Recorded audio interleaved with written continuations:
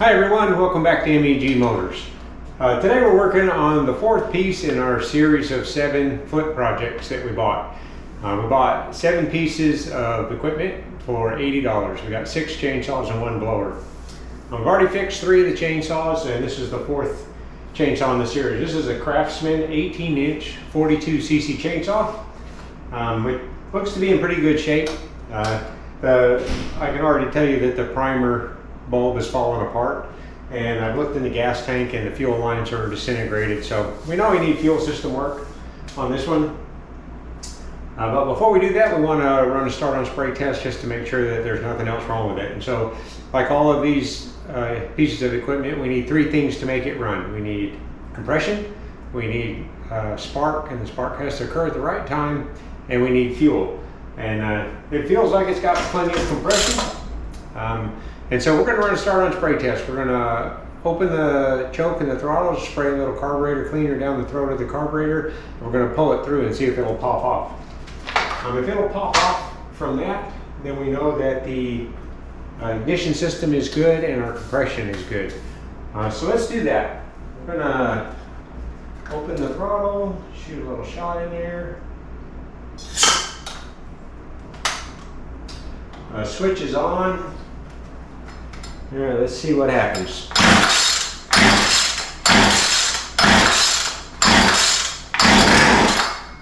All right, there we go. That's what we wanted to hear. And so when we get that little start out of it, we know our ignition system's working and our compression is there. So we have some fuel system work to do. And so hopefully that's all this is going to need, and then we'll have a working chainsaw. So let's get started on that. We're going to pull the carburetor off. Going to go through it, put on some new fuel lines, put in a new primer, and see if it'll run.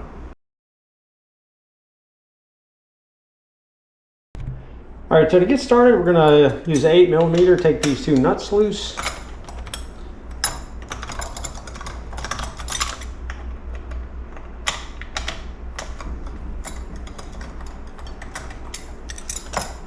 It should get our air filter housing to come off, I hope. There we go. And then this little rubber piece on the side here just covers the adjustment screws. Get that to come loose. Our choke lever lifts up out of here. Here's our fuel line, but like I said, these fuel lines are just disintegrating. And so we don't really need to disconnect them. They're just kind of falling apart.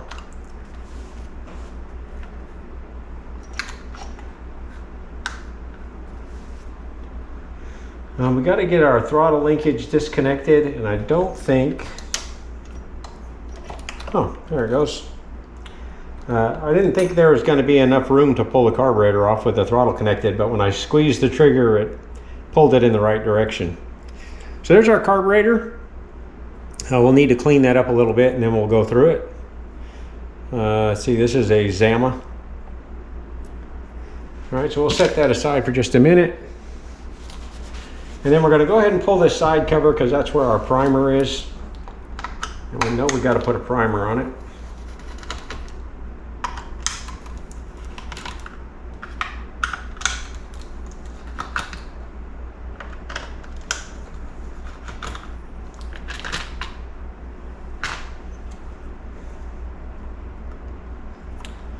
All right, and there's our primer. And again, the fuel lines are just falling apart. There's another one.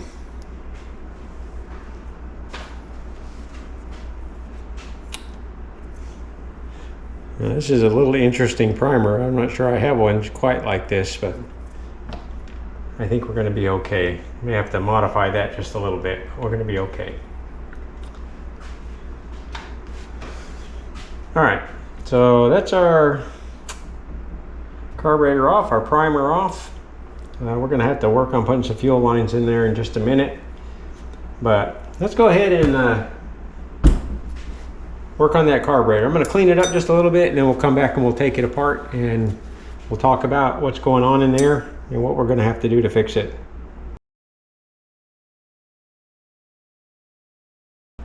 All right, so here's our carburetor. This is a Zama.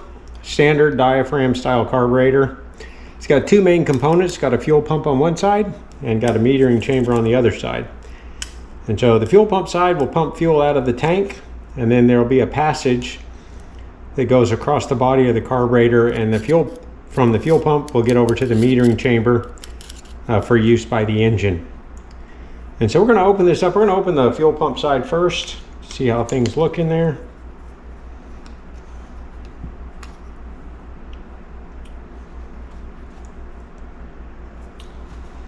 And so on the fuel pump side, there'll be a diaphragm like this one.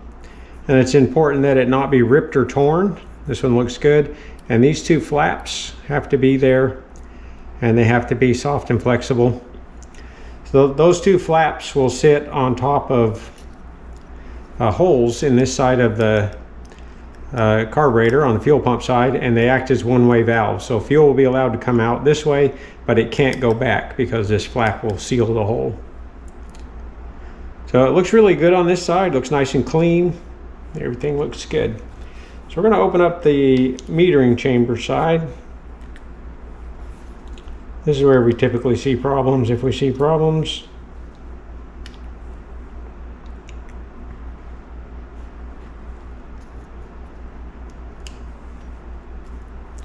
No, not too bad. So this is our metering diaphragm, and it's important that this be soft and flexible. And it's actually not very bad. I've seen much worse. I suspect that this one would probably operate just fine. We'll put in a new one anyway. I buy these in bulk, and so they're pretty cheap. They're about $1 a piece. And so we'll put in a new one, but I think this one is fine. And then we're gonna take the needle out and take a look at it and make sure it's clean. And so you want to hold your thumb over everything when you do this part, because this is all spring loaded. And this spring is pretty tiny, so if you lost it, I'm not sure you'd ever find it.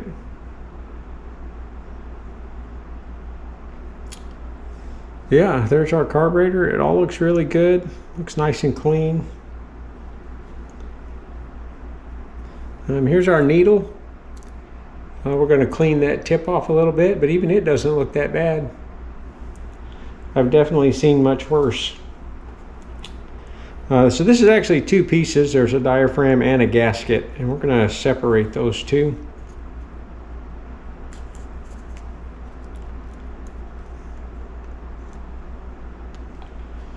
So yeah, here's our diaphragm. Yeah, it feels really good. So I'm going to pull a new one, a new diaphragm, and then we'll put this carburetor back together. All right, so I pulled our new diaphragm, and so we're ready to put this back together. First thing we're going to do, we're going to clean this needle. So I'm going to spray a little carb cleaner in the corner. Then we're just going to spin the tip in the carburetor cleaner. And we'll get a little junk off of it. That's it, just a little bit. That really wasn't too bad. It looks nice and clean now. All right, so we're going to put that back in.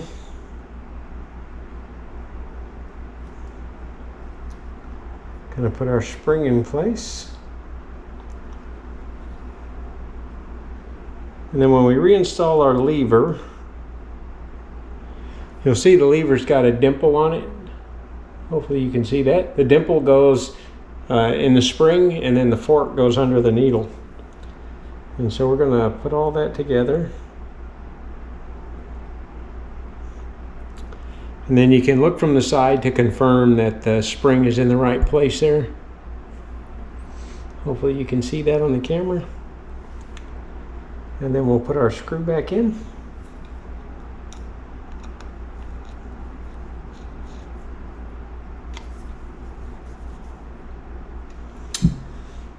All right, and so the height of the needle, the height of the lever is important. If you don't replace the lever or the needle, it's typically not going to be wrong. But if you do, you need to check the height of the lever, and you need a gauge like this one. And so we look on the carburetor, and we can see that this carburetor is a C1Q. And we look on our gauge, and we see C1Q right there. So that means that we'll use this edge.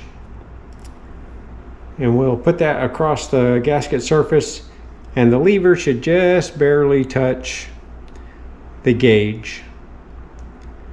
And it does. That looks really, really good. So we can put this back together. So we're going to put our gasket on, put our new metering diaphragm on.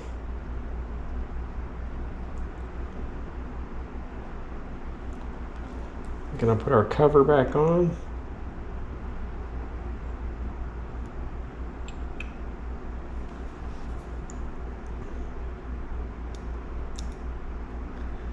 And 2 screws.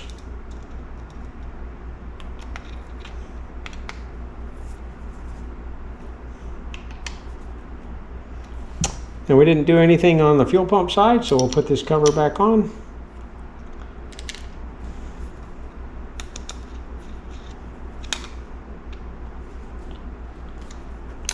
All right, there we go. That's a quick overhaul of a Zama C1Q carburetor. All right, let's get some fuel lines on this chainsaw.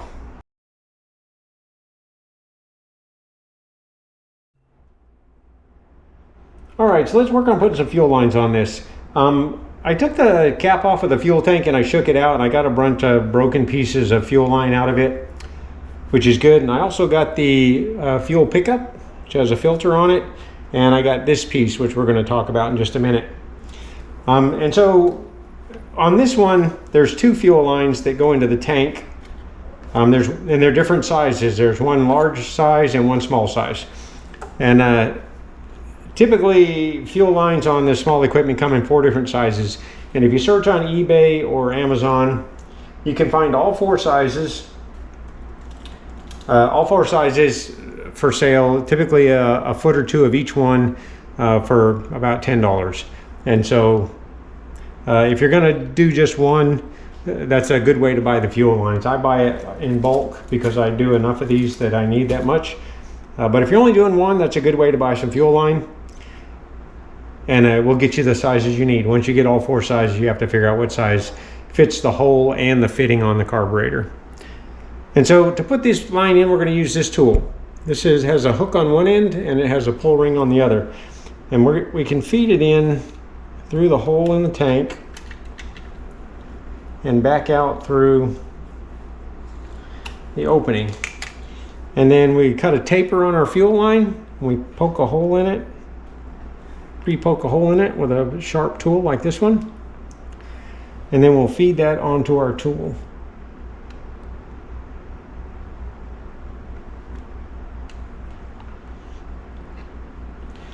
Once we have it on our tool, I'll put just a little bit of lubricant on there. Whatever you have, soap, soapy water, a little grease, oil maybe. And then we'll pull the tool back out through the opening in the tank, and our line will come with it. And so this piece, because this line is the return line. And so when we pump the primer and we pump fuel out of the tank into the carburetor, the excess is going to get pumped back into the tank. And so this fuel line doesn't need to go into the tank very far. And in order to stop this line from being pulled out of the tank, this little plastic piece just fits in the end of the line. And it swells the line just enough that the line can't come back out of the tank. So once we have this fitting on, we can pull on this line until we feel it stop. And then we know that that plastic fitting is right up against the top of the tank, and that's where that line needs to stay. And so then we have an interesting problem with our next line, because the next line is a much smaller line, and it's small in order to be flexible, so that as we turn the chainsaw, this line is free to flop back and forth in the tank. The problem is the line is so small that our tool won't go into the opening in the tank to pull this line into the tank. And so you have to come up with another way to do it. And I've kind of made my own tool. This is just a piece of safety wire that I've bent a hook end in. And I'll use this tool. I'll feed this in through the tank just like our other tool. And then we'll do the same thing. I'm going to cut a taper on this.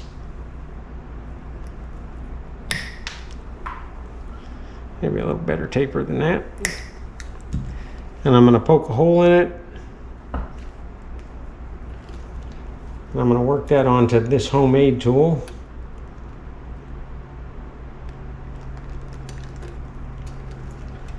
Same thing, just a little bit of lubricant.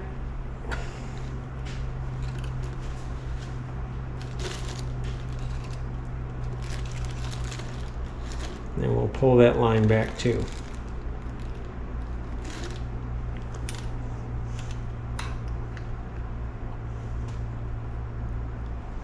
And there comes our line. All right, and so this one, we need to leave an excess of line inside the tank. So this line needs to be long enough that the pickup can flop back and forth in the tank so that no matter which way you hold the chainsaw, it can still pick up fuel. And so we're gonna put this, I'm gonna use a little lube on this too, because this is a pretty tight fit.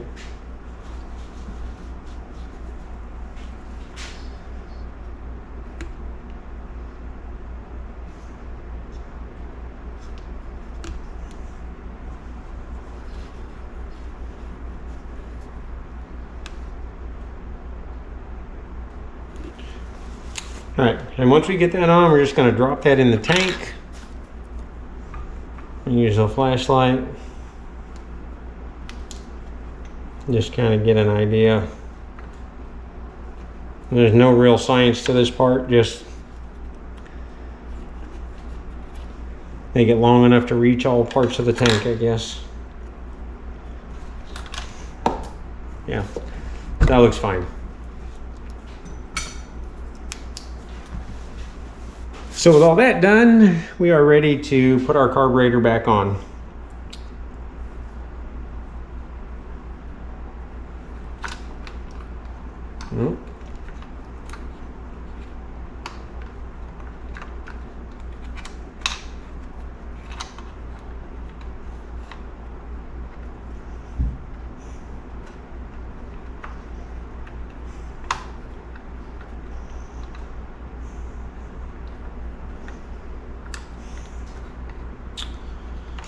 I'm not sure if this...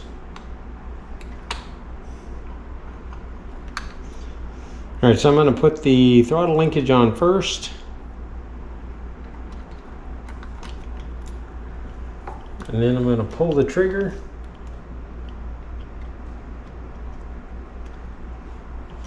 And work the carburetor back onto the studs.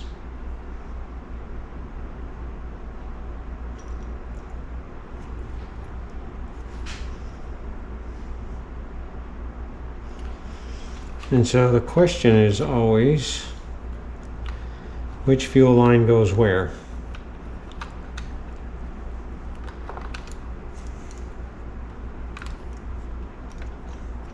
So this fuel line this is the fuel pump side. So when the fuel pump operates, it's going to pull fuel into this fitting. And so this is the line from the weighted fuel pickup in the tank. So this line needs to go on this fitting.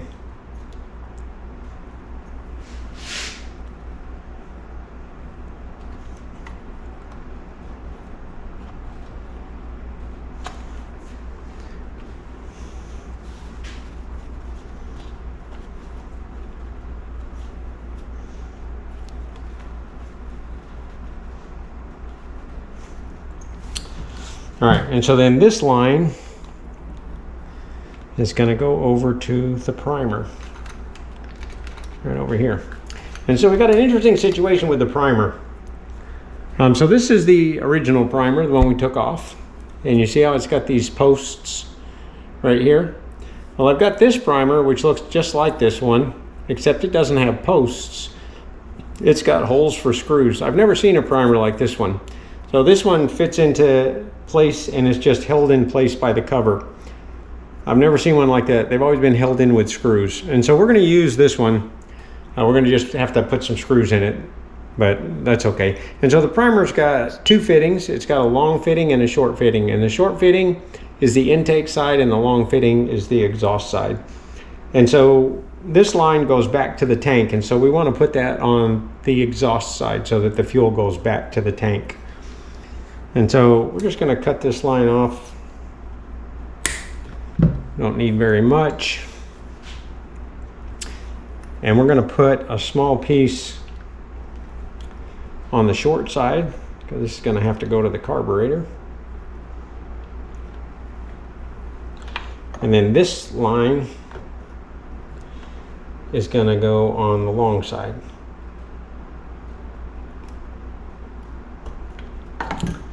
We're going to pull all that back into place, and I've just got a couple of screws from a scrap screw bin. We're just going to screw this primer in place.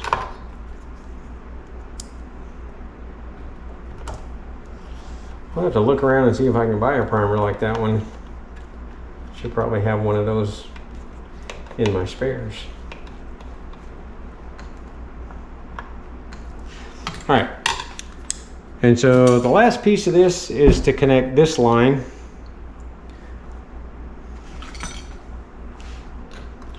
I have to pull that back a little bit.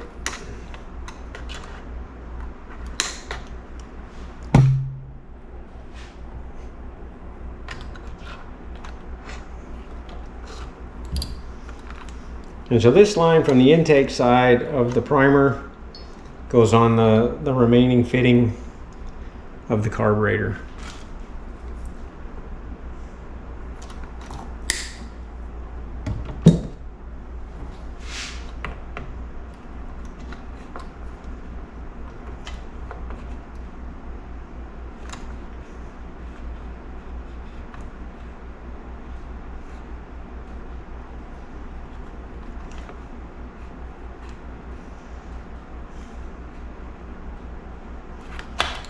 All right, so that takes care of our fuel lines. All right, so we're ready to put, let's see, our choke knob just snaps back into place.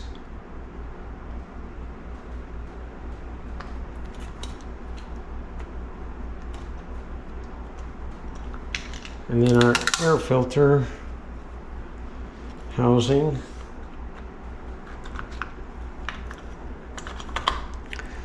goes right there.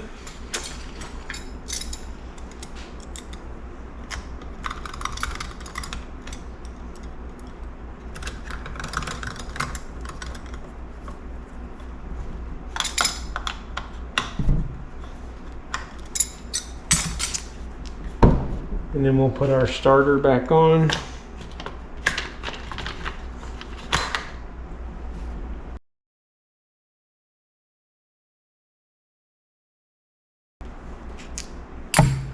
All right, our air filter is kind of falling apart, so I'm going to have to order an air filter.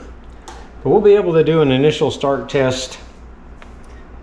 I think I should have put this on. Yeah, went a little too fast, I think.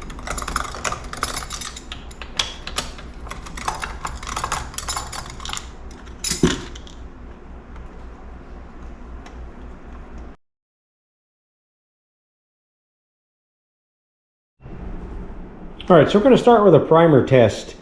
And what we hope to see is fuel coming up this line into the carburetor and then fill in the primer bulb. So let's pump it a few times, see what happens. There's fuel line coming up into the carburetor. Then over here we should see, yep, there's our fuel, our primer full of fuel, just like we hope to see. All right, we're ready to see if this will run.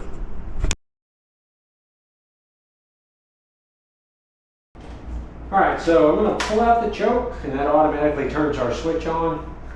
It also opens our throttle a little way, so we're going to pull it through a few times and see if it'll pop. Yeah, it already tried to start, so we're going to go to half choke.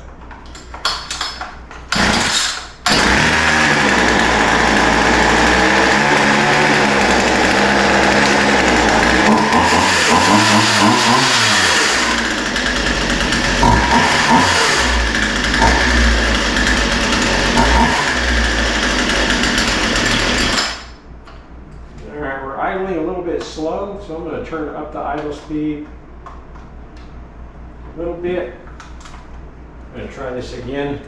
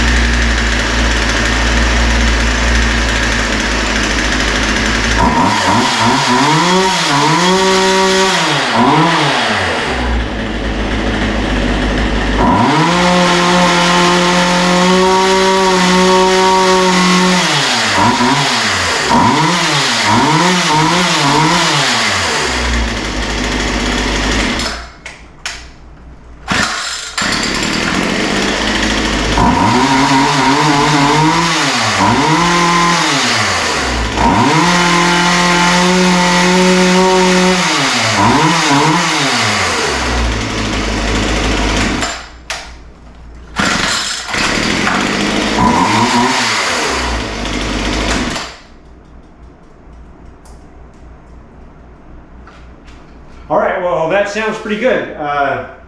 The carburetor was out of adjustment. The low-speed mixture was too lean.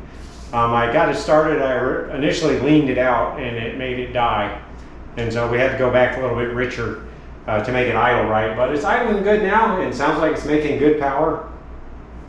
I do see oil on the chain, so I think the oiling system is working like it should. And so other than an air filter, I think we can call this one fixed. So this is number 4 in our series of projects. The only money that I spent was a new primer, a new diaphragm, which I'm not even sure it really needed, and a little bit of fuel line. So I probably spent, at most I spent $5 fixing this one. Been working on it for maybe 45 minutes. I figure I have about $12 in each piece. 7 pieces for $80, about $12 a piece by the time you figure in the cost to go pick it up. And so $12 for the saw, $5 in parts. I'm less than $20 into this one. And I expect that this one is going to sell for at least $100. There's a chance it'll bring a little bit more, 125, because it does have a hard case and it's pretty nice, but it's a Craftsman and that's not typically one of the higher end brands. So I think we'll get $100 out of this one at least. But yeah, I'm gonna order an air filter for it and then we'll put it up for sale and we'll see what we can do. I hope you enjoyed the video. If you did, please like and subscribe. I hope this encourages you to get out and work on your own. We didn't need any exotic tools on this one. Torx, number 25 Torx, and a couple of screwdrivers and something to pull in the fuel lines, which I made out of safety wire. So nothing too exotic on this one. It wasn't that difficult to fix. So I hope this encourages you to get out and work on your own, or maybe try flipping some projects on your own. So yeah, thanks for watching, and yeah, stay tuned. Number 5 is next.